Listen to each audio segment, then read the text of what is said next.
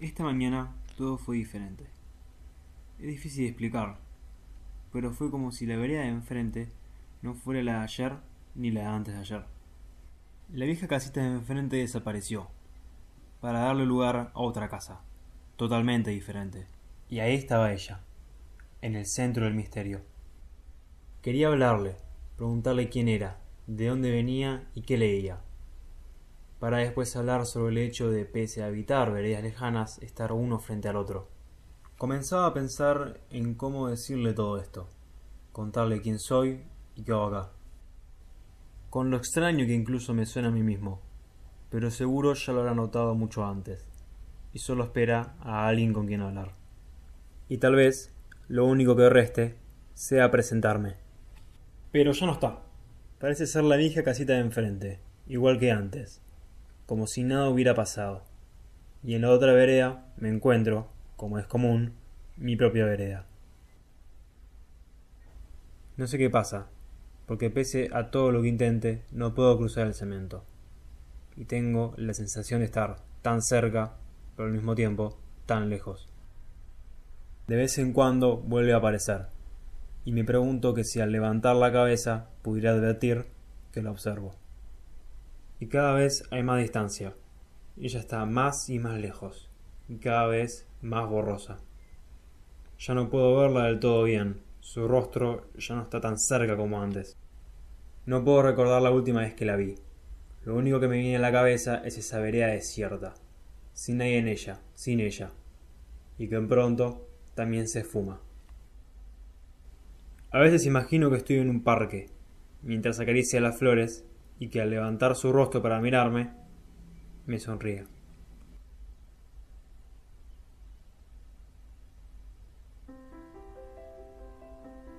Je me souviens d'une vieille histoire. Un homme buvait du thé dans la même tasse tous les matins, quand un jour, il retrouve dedans une petite mouche. Il la retire de la tasse pour la poser sur la nappe et, une fois là, elle va cesser d'une force minuscule en essayant peut-être de se sécher ou de s'envoler. L'homme observe alors une tache petite dans sa nappe et décide de la mettre dans la machine à laver. Dans cette partie du conte, la nappe tourne et tourne jusqu'à ce que l'homme regarde le mur et trouve, sur son mur blanc, un trou vert. Après l'avoir bu, il se rend compte que son mur était en fait vert, sa nappe une sale couverture et la mouche son vieux colocataire, ou peut-être son vieux ami de prison. Je ne me souviens plus, mais c'était à peu près comme ça.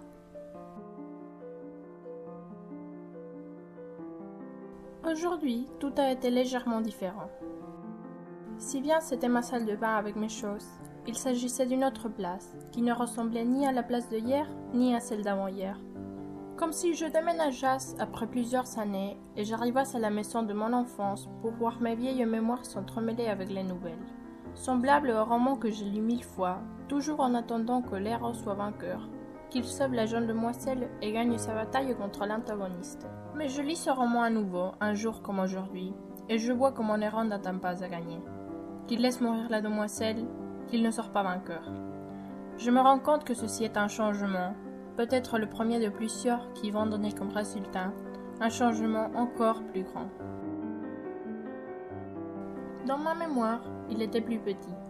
C'est comme s'il eût grandi d'un jour à l'autre. Le soleil rentrait avant, mais maintenant, sa hauteur ne projette qu'une ombre, et soudainement la lumière ne peut plus rentrer.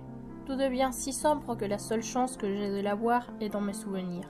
Je me souviens de la lumière, mais elle n'est pas là, et elle ne sera là plus jamais. Et si en partant je ne la retrouve plus, j'ai peur d'être entourée par l'obscurité.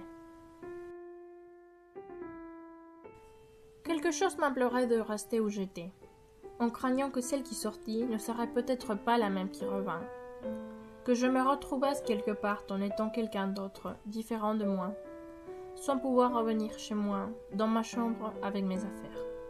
Que ma vie comme je l'avais connue fût en train de pendre d'un fil trop fin, et que si je passais ce seuil, rien ne serait comme avant.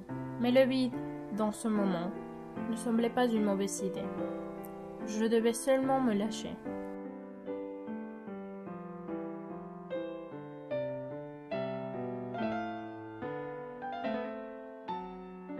Il y avait quelque chose de lui qui attirait mon attention, comme si je pouvais trouver la réponse à toutes mes questions dans une seule personne. J'apercevais quelque chose d'étrange dans sa manière de marcher. Il le faisait avec une vitesse différente de la mienne, comme si de temps en temps nous ne partageassions pas la même fréquence, et des brefs espaces temporels se créassent entre nous. Nous étions marqués par cette démarche inégale, qui s'aggravait à chaque pas, à chaque seconde. Je pensais qu'entre lui et moi se construisait, à chaque instant, une distance de plus en plus grande.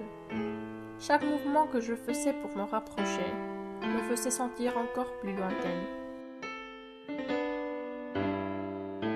Il est chaque fois plus loin. À chaque seconde, la distance devient de plus en plus grande.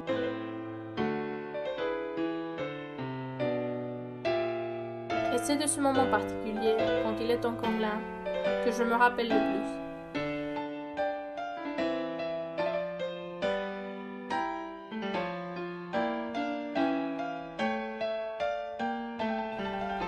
J'ai pensé à lui récemment.